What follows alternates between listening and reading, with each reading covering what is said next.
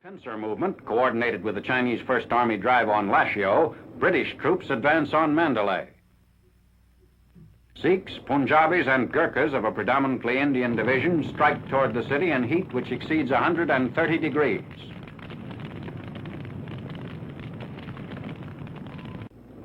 The Jap garrison is under attack from north, south, east, and west. Mandalay Hill, a Buddhist holy spot and used by the Japs as a key observation post, is brought under artillery and tank fire. After capture of the hill, British and Indian troops with tank support move up for an attack on Fort Dufferin in the heart of the city. Frontal attack fails to break through the walls and moats surrounding Fort Dufferin. British big guns are brought up to breach the 30-foot walls, which are blasted with 100-pound shells from 4.5-inch howitzers.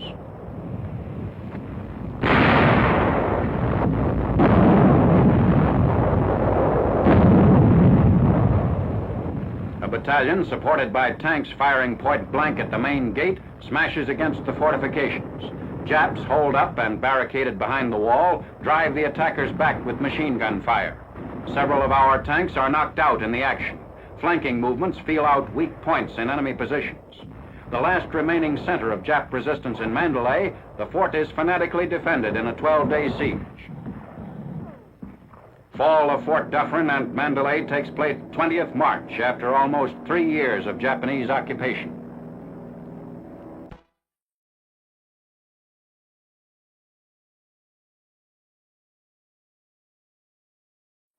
Additional films on the capture of Mandalay.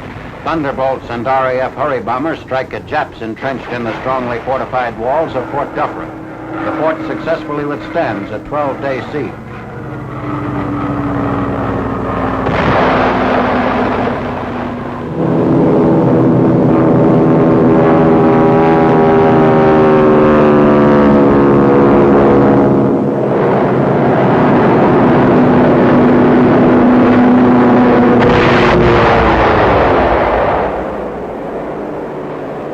From an observation post on nearby Mandalay Hill, officers watch the progress of the siege. 6-inch howitzers pound the north wall.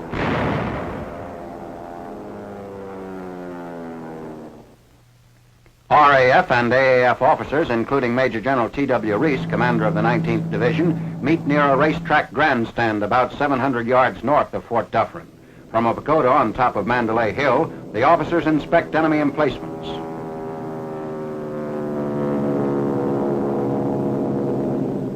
B-25s of the 10th U.S. Air Force are brought in with 2,000-pound delayed action bombs. Coming in at low level, the B-25s blast holes in the walls, opening up the way for tanks and infantry.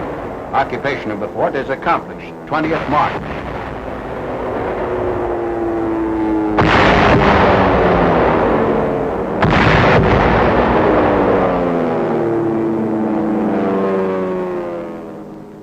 Shortly after the capture of Mandalay, Lord Louis Mountbatten, accompanied by Air Marshal Sir Keith Park and Major General H.H. Fuller, arrives on an inspection tour of the city. He's met by General Reese and his staff. The Supreme Allied Commander visits forward installations in Mandalay.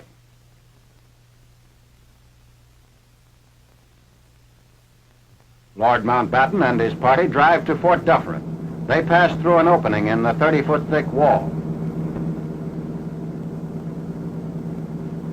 Inside Fort Dufferin, the mile-square moated fortress dominated the entire city. Its ancient palace was destroyed by the Japs. The Supreme Allied Commander inspects Jap equipment captured when the fort fell to the Allies. Although the fort was not defended with heavy artillery pieces, its excellent strategic position, impenetrable walls, and the moats surrounding it made the emplacement one of the most stubbornly defended areas in the Burma campaign.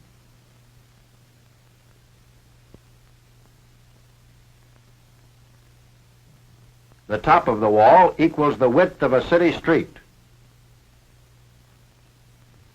Inspecting a bomb crater in the wall, blasted by one of our 2,000-pound demolition bombs. Ordered to defend the fort with suicidal resistance, many Japs escaped under cover of darkness.